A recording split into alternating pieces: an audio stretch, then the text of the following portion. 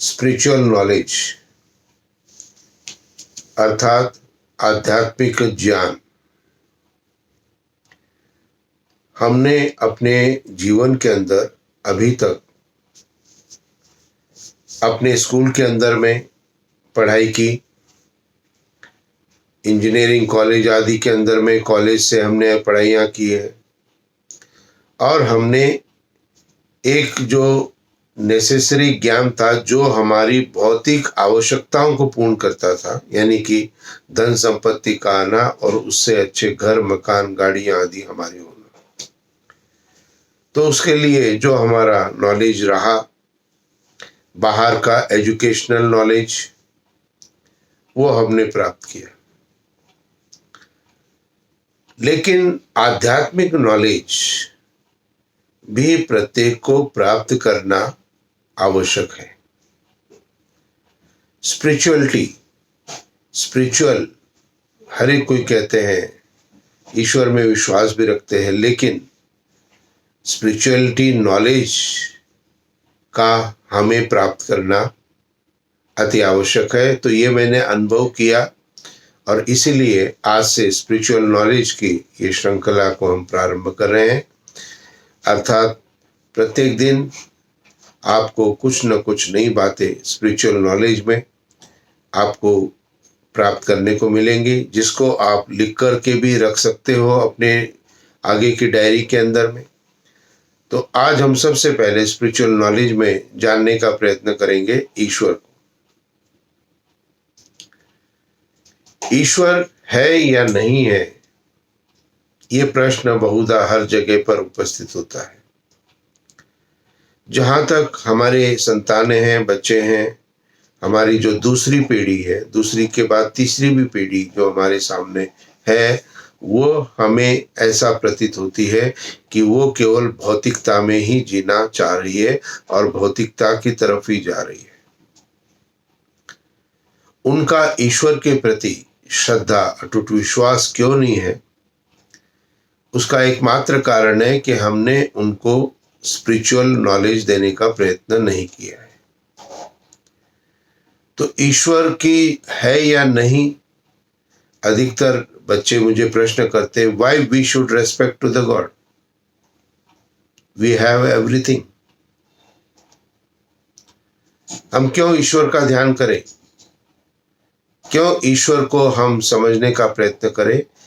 तो कहते हैं कि ईश्वर को जानना है, ऐसा सभी कहते हैं। माता पिता आदि भी प्रार्थना के लिए, नित्य प्रति के लिए आदेश करते रहते हैं। तो why we should respect to the God, why we should know about the God, why we should worship him, उसका हम ध्यान क्यों करें? ये सभी सारे प्रश्न जो है बच्चों के अंदर उत्पन्न हो सकते हैं, आपके भी अंदर उत्पन्न हो सकते हैं। और ध्यान रखिए, आपको अपने आध्यात्मिक नॉलेज में ये पता नहीं है, स्वतः आपको भी, कि ईश्वर के ध्यान से, ईश्वर की सत्ता को मानने से हमें अपने जीवन में क्या प्राप्त होगा। तो ईश्वर का ध्यान करने से जो बातें आपको प्राप्त होंगी, वो सबसे पहले है, आपके अंदर परमात्मा आत्मिक बल देगा। ईश्वर आपको आत्मा के अंदर बल देगा। दो प्रकार के बल हमारे अंदर है, एक तो शारीरिक बल है और दूसरा आत्मिक बल है। शारीरिक बल हम प्राप्त कर सकते हैं भोजन से, व्यायाम से। शरीर बहुत ताकतवर हमारा बन सकता है, अच्छा स्वस्थ बन सकता है। लेकिन यदि अंदर से हमारी आत्मा को बल नहीं प्राप्त है, या हमारी आत्मा यदि कमजोर है, तो निश्चित रूप से हमारी आत्मा के कमजोर होने के कारण हमारे अंदर आत्मिक बल का अभाव रहेगा। और यह आत्मिक बल का न होना कब हमें महसूस होता है, पता पड़ता है, तो जब भी कोई विपरीत परिस्थिति हमारे वर्तमान जीवन के अंदर में उपस्थित होती है, तो उस विपरीत परिस्थिति को देखते हुए हम अपने अंदर घबराहट को उत्पन्न कर लेते हैं। तो आपके अंदर यदि विपरीत परिस्थिति में आपके अंदर यदि घबराहट हो रही है, इसका अर्थ है कि आप ईश्वर से बहुत दूर हैं। आपको आध्यात्मिक नॉलेज ईश्वर के प्रति नहीं है, क्योंकि आत्मिक बल प्राप्त होगा तो परमात्मा की समीपता से होगा, और समीपता नहीं की, और इसीलिए आपको अपने अंदर परमपिता परमात्मा का वो आत्मिक बल प्राप्त नहीं हुआ है। कई व्यक्ति ऐसे होते हैं जो विपरीत परिस्थिति के अंदर दृढ़ता से उसका सामना करते हैं। और यह सामना करने वाले व्यक्ति कौन है? जिन्होंने परमात्मा को स्मरण किया, याद किया। तो हम सभी को आत्मिक बल को प्राप्त करने के लिए ईश्वर को जानना, ध्यान करना, ईश्वर को अनुभव करना, इस प्रक्रिया में हमको हमेशा रहना चाहिए। एक वेद का मंत्र भी आता है जो यह सिद्ध करता है कि परमात्मा आपकी आत्मा में आत्मिक बल को देता है। यह आत्मदा बलदा यस्य विश्व उपासते। जो परमात्मा आपकी आत्मा में बल को देने वाला है और जिसकी समस्त विश्व उपासना करता है, जिसको समस्त व्यक्ति ध्यान करते हैं। तो आत्मिक बल की प्राप्ति के लिए हमें अपने जीवन में ईश्वर को जानना, समझना, ध्यान करना, दैनिक प्रार्थना करना अति आवश्यक है, और इससे आपको आत्मिक बल प्राप्त हो जाएगा। कई बार हम देखते हैं 6 फीट का लंबा चौड़ा व्यक्ति शरीर से बलपुष्ट है, बलवान है, लेकिन विपरीत परिस्थिति के अंदर में उसको घबराहट अंदर से हो जाती है। तो अपने आप को आत्मिक रूप से यदि आप शक्तिशाली बनाना चाहते हो, बाहर से तो आप शक्तिशाली हो, लेकिन अंदर से भी शक्तिशाली बनाना चाहते हो, तो ईश्वर का ध्यान करना अति आवश्यक है, ईश्वर को जानना अति आवश्यक है। तो सबसे पहला बात जो आपको ईश्वर के ध्यान करने से प्राप्त होती है वह है आत्मा के अंदर बल, आत्मिक बल। दूसरी जो चीज आपको प्राप्त होती है वो है आपके डायरेक्शन। ईश्वर आपको डायरेक्शन भी देता है, इसलिए ईश्वर जहां पर डायरेक्शन आपको देता है उस डायरेक्शन के अंतर्गत आप चलना प्रारंभ करते हैं। परमात्मा की व्यवस्था में आप जाना प्रारंभ करते हो, तो आपको ईश्वर द्वारा प्रदत्त एक डायरेक्शन भी आपको प्राप्त हो जाता है। तो आपको अपने जीवन के अंदर में इसलिए ईश्वर का ध्यान करना चाहिए, क्योंकि आपको ये दोनों चीजें प्राप्त हो जाती है। हमारी ईश्वर है या नहीं, इसको यदि समझना हो, उसकी सत्ता को यदि अनुभव करना हो, तो हमें अपने शारीरिक रचना को देखना होगा। शारीरिक रचना के साथ ही हमें यह प्रतीत होता है कि हमारा जो शारीरिक रचना है यह बहुत उत्तम प्रकार से की गई है। कोई भी कंपनी मोटरसाइकिल, कार आदि बनाती है तो हर साल नए मॉडल निकालती जाती है, अल्ट्रेशन करती जाती है, और अधिक बेटर और अधिक। लेकिन मनुष्य की कृति जो परमात्मा के द्वारा बनाई गई, इसमें हमने अपने व्यक्तिगत जीवन में कभी अनुभव नहीं किया कि हमारा ये शरीर का अंग यहां नहीं वहां होना चाहिए। तो हमारी शारीरिक रचना, उसके माध्यम से भी हमें ये पता लगता है कि हमारे शरीर की जो रचना जो सब मनुष्यों के लिए समानता से है वह ईश्वर द्वारा प्रदत्त है, इसलिए ईश्वर का अस्तित्व है। कोई भी चीज यदि नियम से चल रही है तो वहां पर ईश्वर की व्यवस्था है, कोई ना कोई चेतन सत्ता है। तो वो चेतन सत्ता परमपिता परमात्मा है, जिसका ध्यान हमें नित्य प्रति करना चाहिए, हर समय करना चाहिए। तो एग्जिस्टेंस ऑफ द गॉड, परमात्मा का जो है, ये इस बात को सिद्ध करता है हमारी शारीरिक रचना। और यदि हम बाहर की भी रचना को देखें, जो प्रकृति है, जो सृष्टि है, वहां की भी रचना को जब हम देखते हैं तो वहां भी हमें प्रतीत होता है कि बहुत सुंदर सुंदर फल फूल औषधियां आदि परमात्मा ने सृष्टि के अंदर उत्पन्न की है, जो हम सब के लिए आवश्यक है। तो ईश्वर ने अन्न भी बनाया, जल भी बनाया, औषधियां भी बनाई। आज जो भी औषधियां बन रही है कोविड-19 के लिए, आने वाले समय में कभी न कभी इसका कोई न कोई औषधि बना ली जाएगी। औषधि या टीका या जो भी कुछ होगा जो बनाया जाएगा, उसके अंदर जो मूल तत्व होगा, जो उस बीमारी को नष्ट करने की सामर्थ्य रखेगा, वो मूल तत्व क्या होगा?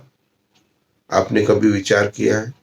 वो मूल तत्व प्रकृति के अंदर से ही कोई ना कोई उसका एक भाग होगा, वन पार्ट ऑफ इट, और उससे विकास किया गया है।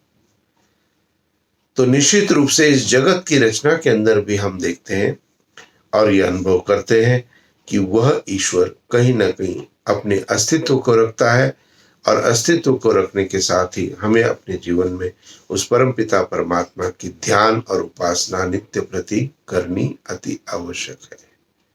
तो जगत की रचना से भी प्राप्त हो गया, सृष्टि की रचना से भी प्राप्त हो गया।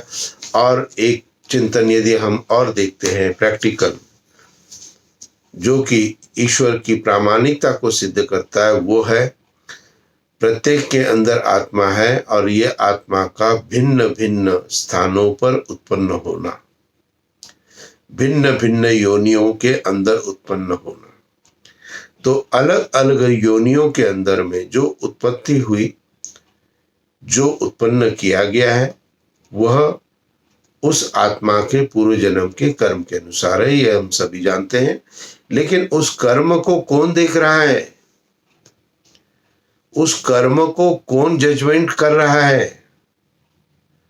और उस कर्म की व्यवस्था के अनुसार कौन वो सत्ता है जो कि उस आत्मा को अगली योनि को, अगले शरीर को प्राप्त कराती है? तो वह है परमपिता परमात्मा। आप कहेंगे जी आत्मा तो ठीक है, अपने आप बन गया, अपने आप शरीर बन गया, लेकिन कभी विचार किया कि एक शरीर बनता है किसी गरीब के घर में, जहां पर कि बच्चे को कोई सुविधा प्राप्त नहीं है, और एक शरीर बनता है धनाढ्य व्यक्ति के अंदर, जहां पर बच्चे को जन्म से ही सभी व्यवस्था है। तो यदि यह अलग अलग प्रक्रिया के अंदर में आत्मा को भेजना, शरीर को प्राप्त कराना, यह सिद्ध करता है कि वह कोई न कोई सत्ता है जो इन सब को नियंत्रित कर रही है, कंट्रोल कर रही है, इन सब का कैलकुलेशन वो रख रही है, और कैलकुलेशन रखते हुए वो आपको अपने जीवन में आगे बढ़ा रही है। तो ईश्वर का एग्जिस्टेंस, परमात्मा का जब होना हम सिद्ध करना प्रारंभ करते, अनुभव करना प्रारंभ करते उसकी दिव्यता को, तो धीरे धीरे हम जो है उसके ध्यान और मन में उपासना को कर सकते हैं। तो ईश्वर के द्वारा प्रदत्त हमारे कर्म का फल, तो एक तो शरीर की प्राप्ति तो होगी, लेकिन उस शरीर की प्राप्ति में भी सुख या दुख का फल, ये भी ईश्वर की व्यवस्था से है। एक कुत्ते का जन्म जो है किसी स्ट्रीट डॉग के रूप में जाता है, और एक कुत्ते को कहीं पर भी किसी धनाढ्य परिवार का एक हिस्सा होता है। एक गौशाला के अंदर एक गाय का जन्म, बछड़े का जन्म होता है, और एक गाय का जन्म एक ग्वाले के पास भी होता है जो दिन भर उसको खुला छोड़ देता है अन्न के लिए। तो ये जो भिन्न भिन्न व्यवस्थाएं हैं, जो हमारी शारीरिक रचना, जगत की रचना, कर्म फल के अनुसार हमें योनि प्राप्त करना, और ये सुख और दुख की हमें जो प्राप्ति होती है, ये सभी की व्यवस्था करने वाला मैं नहीं हूं, कोई ना कोई अन्य सत्ता है, और वह सत्ता जड़ नहीं है, चेतन है। क्योंकि चेतन सत्ता ही उस व्यवस्था को कर सकती है, इसलिए वह परमात्मा चेतन सत्ता, मेरी आत्मा भी चेतन सत्ता है, तो वह ईश्वर कहीं ना कहीं एग्जिस्ट करता है। वो ईश्वर हम सब के जीवन एक भाग है, हम यह अनुभव करें। और आज से विशेष प्रार्थना है, इन सब चीजों की इस महत्व को समझते हुए अपनी दैनिक प्रार्थना आप करना प्रारंभ करो।